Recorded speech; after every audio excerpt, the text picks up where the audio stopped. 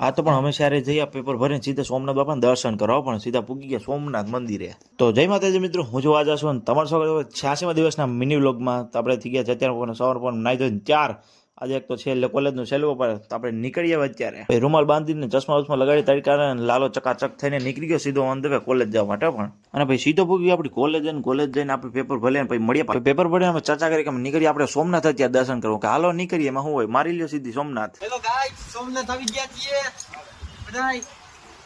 તો સ્વાગત જણાવવાનું કે તમે અમારી વાહન તો ફાઇનલ મિત્રો અમે પૂગી અત્યારે સોમનાથ અને પછી હાલો પછી મળીએ આપણે દર્શન કરી. પછી દર્શન કરીને બહાર નીકળ્યા, ઠેલો બેલો ટાંગ લીધો ને આ રહ્યું મંદિર આપણું. કેમ કે ત્યાં દર્શન અંદર મોબાઈલ કઈ લઈ જવા ન દે એટલે અમે નીકળી ગયા સીધા ઠેલો લઈને દરિયે. અત્યારે બધા ઉભા સ્નેપ નાખે કે મારે સ્નેપ નાખે કે મારે વિડીયો ઉતારું કે હાલો ઉતાર્યો. પછી મસ્ત મજાનો સોમનાથ બાપાનું દર્શન કરીને અમે નીકળી ગયા પાછળ ને સોમનાથ મંદિરની પાછળની બાજુ. કેમ કે અહીંયા ફોટા પાડવા પૂગવા જોઈએ ને, ફોટા પાડવા સિવાય થોડી કઈ હાલે બધાને. પછી 1 કલાક એક ફોટા પાડ્યા ને તાવ સ્નેપ મૂકવાનું રહી ગયું તાને વરી કે હાલો મૂકીને આવું કે હાલ ધીરે ધીરે ફટાફટ ઓલા બે આગળ નીકળી ગયા. પછી બીજા આવી ગયા અમે મંદિરે બાજુમાં, સોમનાથ મંદિર બાજુમાં શ્રી રામ મંદિર છે ત્યાં આવી ગયા. અને હવે સીડી ચડીને ઉપર ચડીએ આપણે દેખાડીએ આપણે અંદરનું મંદિર. અહીંયા મસ્ત મજાનું શ્રી રામ મંદિર ચોખાટ એટલી મસ્ત મજાની છે અને અતાણી રહી આપણી મૂર્તિ.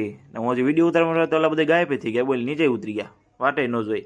પછી ત્યાં મસ્ત મજાનું દર્શન કરી પૂગી ગયા ત્રિવેણી સંગમ ઘાટ ના મુલાકાત લેવા. ના ત્રણે જો ગેટમાં હલવાય કે બોલ એકબીજાને એક ખાનામાં કરી ગયા ત્રણેય. આમ તે એકબીજાને ફેરવે કે મને ફેરવે કઈ ખબર પડતી નથી, મને હલવા દીધો ભેગા ભેગ. બોલ પછી સખડે ભમણી કરતા કરતા અંદર પૂગી તો ગયા ફાઇનલી ગમે એમ કરીને. ત્યારે આ છે મસ્ત મજાનો ત્રિવેણી સંગમ ઘાટ, સોમનાથ ની નજીક જ આવી ગયેલું મસ્ત મજાની જગ્યા છે. ઘાટ માંથી ગાડી ઉપાડીને સીધા પૂગી ગયા બીજી બાજુમાં નજીકમાં એક મંદિર છે ગીતા મંદિર કરીને. ત્યાં આ તો બધા મંદિરે રોડે રોડ લે જ લેવા ગમે થાય.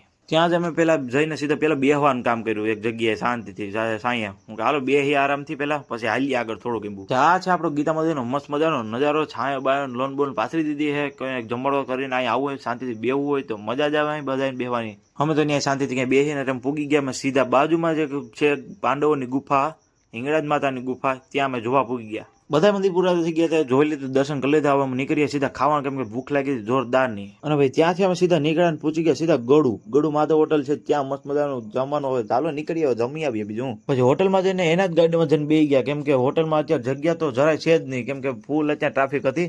તો કે બેહો ઘડીક વાર બોલાવીએ તમને. હું કે હાલો વાંધો નહીં.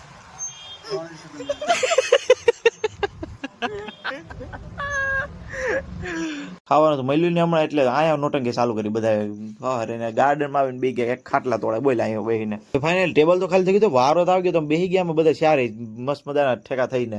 થારી તો મળી ગઈ, ખાવાનું જ ન થાય, વાર જોઈને બેઠા. હવે રીવી થારી આવી ભરાઈ ગઈ એટલે ઉપાડી જ લીધું બધા. એ કઈ મોરું મૂકતા નહીં, એકબીજાને વાટે ન જોતા કોઈ વાતે કે આ તો ઉપાડે જ લે. કેમ ખાવાના ભૂખાય પાછા ના નો જો યશભાઈ નો અમારો અલગ જ હોય કે કીનું. તો પાછું મળશું નવડીમાં. જય